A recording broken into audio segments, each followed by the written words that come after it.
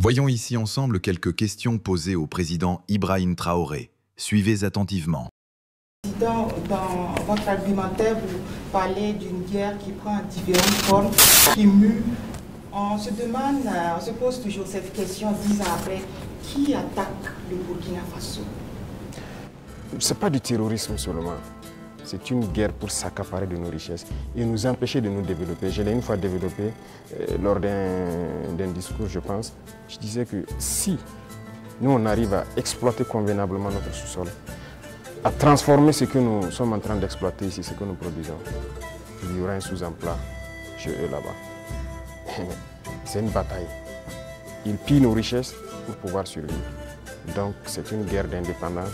Il faut que nous menons cette guerre pour être totalement indépendants et décider de notre développement, de notre trajectoire.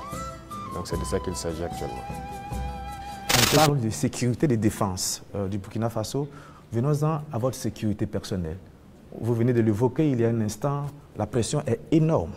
Elle est grande, le danger vient de partout. Monsieur le Président, rien qu'en 2025, il y a eu plusieurs tentatives de coup d'État qui ont été déjouées. Monsieur le Président, est-ce qu'il vous arrive parfois d'avoir peur? Merci, je pense que c'est la seule force que j'ai. Je n'ai pas peur. Parce que j'ai confiance en vous tous. Ça, c'est la première chose. Il faut avoir confiance au peuple. Parce que c'est le peuple qui nous a confié cette mission. Et j'ai confiance au peuple, qu'ils comprendront. Et voilà pourquoi on n'hésite pas aussi à être devant le peuple pour leur expliquer la situation et leur dire ce qu'il y a. Et ça permet de garder une très bonne relation. Ça, c'est la première des choses. La deuxième chose, comme je l'ai dit, il y a une mentalité qu'il fallait développer au sein même de nos forces. Ça, c'est très important. Actuellement, cette mentalité-là, les gens comprennent pourquoi ils se battent. Vous prenez, il y a quelques années de cela, plusieurs officiers sur le terrain ne savent pas pourquoi ils se battent. Mais si nous savons pourquoi nous nous battons, qui nous avons en face et pourquoi il y a cette pression, les gens comprennent mieux.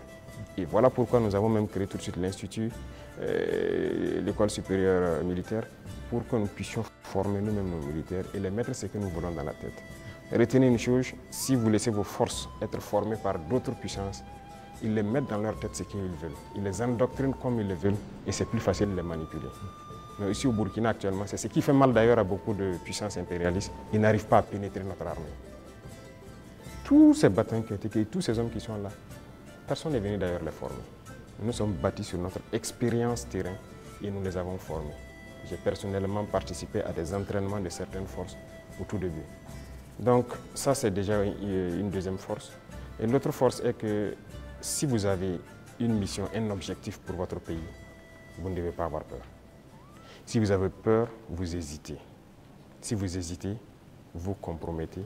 Et une fois que la compromission est là, vous êtes foutu.